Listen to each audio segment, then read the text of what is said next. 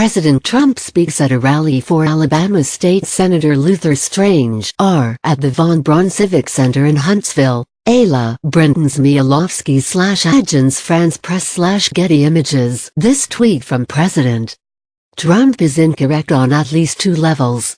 The first level is that his Republicans are 5-0 in congressional races this year, which the media refuses to mention, is true. Only if 1. You don't consider the Senate to be part of Congress, which it is, and 2. You skip the House race that Democrats won in California. Trump started talking about how the GOP was 4-0, that being the letter O and not a 0, after the GOP held 4 House seats given up by people joining his administration, and upped it to 5 after a special election in Utah last month. The only argument for not including the race in California would be that it was a Democratic seat held by a Democrat. But if that's the standard that applies, Trump is 0-0, not 5-0. Including all congressional races, the score, if you will, is 5-2. But before those contests, Republicans held 6 of the seats. In all special elections, the Republican record is significantly worse.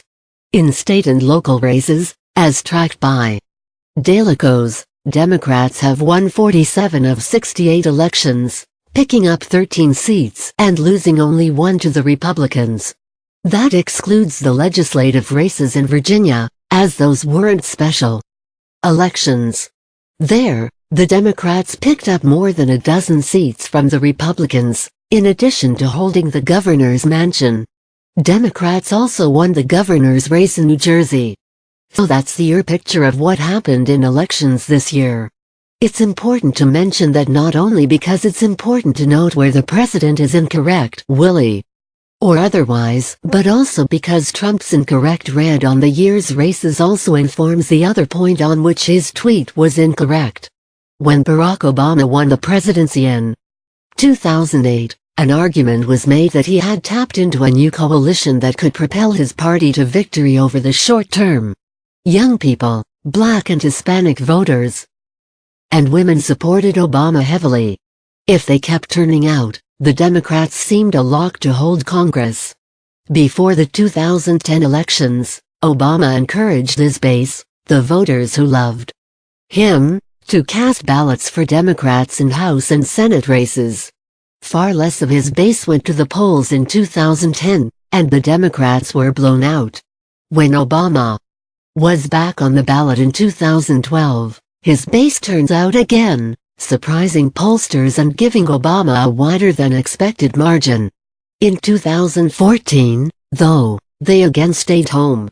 Many Obama voters were voting for Obama, not a new electoral coalition and Democratic parties.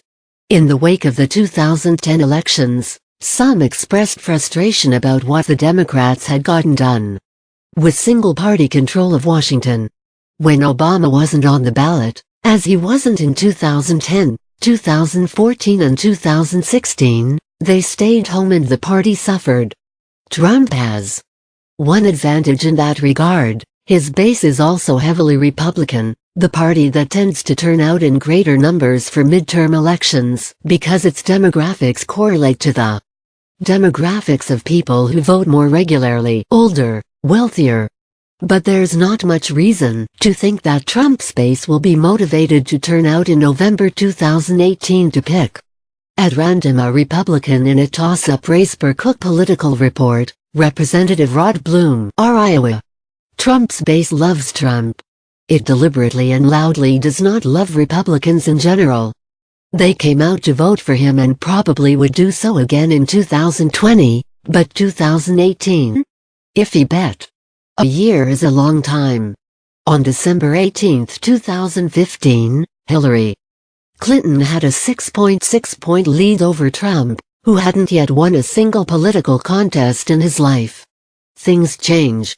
But Democrats currently have a double-digit advantage in generic polling on the House next year, the biggest margin in NBC Wall Street Journal polling since 2008. The president's party almost always loses seats in midterm elections. Setting aside post-9/11 George W. Bush, the last president to gain seats in the first midterm after his election, was Franklin D. Roosevelt. The problem is that Trump may actually believe his hype.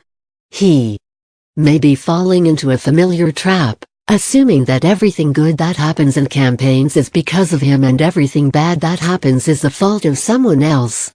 You set aside Ed Gillespie's loss in Virginia and Roy Moore's in Alabama as functions of those candidates. You're not coincidentally labeling as outliers two of the counterexamples to your theory of political dominance. If Trump actually believes that the Republicans holding 5 heavily Republican seats prove that he is a political juggernaut, he may actually then believe that the Trump steamroller will roll through 2018 without any problem. Believing that while also knowing that he endorsed 2 losing candidates in Alabama, Luther Strange in the primary and Moore in the general, is an impressive bit of cognitive dissonance.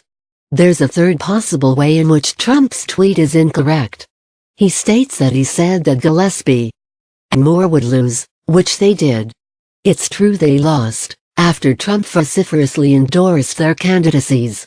Now, it's possible that Trump nonetheless told people privately that they would lose, either because he thought they might or to build in the sort of escape hatch that he used in this tweet. Trump does that a lot, reframes what happened to present the interpretation of events that cast him in the most favorable light. If current indicators about 2018 hold, his tweet on November 7, 2018, the day after the election, should be a doozy.